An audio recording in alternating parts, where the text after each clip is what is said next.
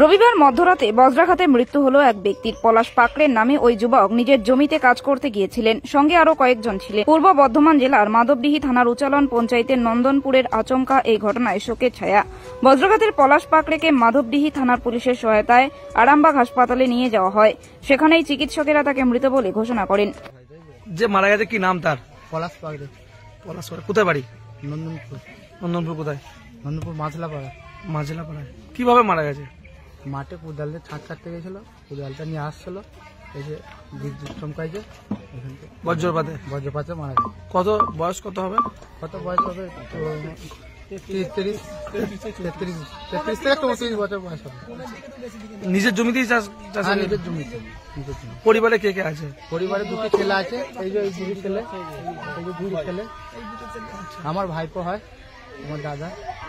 দুটো ছেলে পরিবার, বাচ্চা ছেলে। হ্যাঁ, যে দুটো বাচ্চা ছেলে। আর কে কে? বাবা মা আছে? বাবা মা আছে, দাদা বৌদি সবাই আছে। ও পৃথক থাকতো? হ্যাঁ। এখন কি চাইছেন? আমরা চাইছি যে সরকার থেকে টাকা পয়সা কিছু পাওয়া যায়, এই জন্য সাহায্য, এই জন্য চাইছি। ছোট ছোট ছেলেরা কি জানে যে টাকা পয়সা সাহায্য পাওয়া যায়, এই জন্য যারা সাহায্য পায়, এই যে দুটো ছোট ছোট ছেলে। আপনার নাম? আমার নাম সৌমেন পাকড়ে। এখন পর্যন্ত কেউ এসেছিল মানে প্রধান বা উপপ্রধান কেউ যোগাযোগ করেছিল? না, কেউ আসেনি। আপনারা জানিয়েছেন পঞ্চায়েতে? হ্যাঁ, পঞ্চায়েতে জানাই। মহাদিদি থানা ধান এসেছিল, পুলিশ এসেছিল? হ্যাঁ, পুলিশ এসেছিল। আপনার নাম? সৌমেন পাকড়ে। কিভাবে মারা গেছে? কালকে ওই মোটামুটি 1:30 থেকে 2টো নাগাদ বৃষ্টি হচ্ছিল, তার সঙ্গে বজ্রপাত তো তেমন কিছু নয়। তো সেটার মধ্যে যে এমন একটা বজ্রপাত হলো, আমাদের ওই মোটামুটি বাড়ি থেকে মোটামুটি 200 কি 300 মিটার দূরে ছাঁচ কাটতে গিয়েছিল, নিজ জমিতেই ছাঁচ কাটছিল।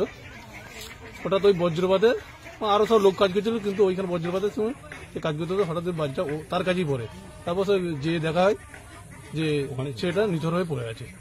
এখনই অ্যাম্বুলেন্সে করে নিয়ে যাওয়া হলো। কোথায়? মাধবডি থানার আপনার ফাঁড়ি থেকে পুলিশ ভ্যান এসেছিল, তাদের সহযোগিতায় অ্যাম্বুলেন্সে করে আরামবাগ হসপিটালে ভর্তি করা হয়। অটোমেটিক এখানে মৃত হয়েছিল, ওখানেও মৃত্যু বলেই ঘোষণা করা হয়েছে। ওখানেই এখন রাখা আছে। কাল তো রবিবার ছিল, কিছু হয়নি।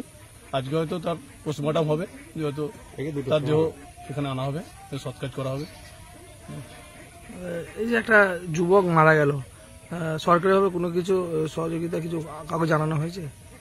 তেমন কিছু জানানো হয়নি। তো কাগজপত্র নিয়ে আপাতত বিডিও সাহেবের কাছে ওখানে যাওয়া হয়েছিল আমাদের আলমপুরে, কাগজপত্র জমা দেওয়া হয়েছে।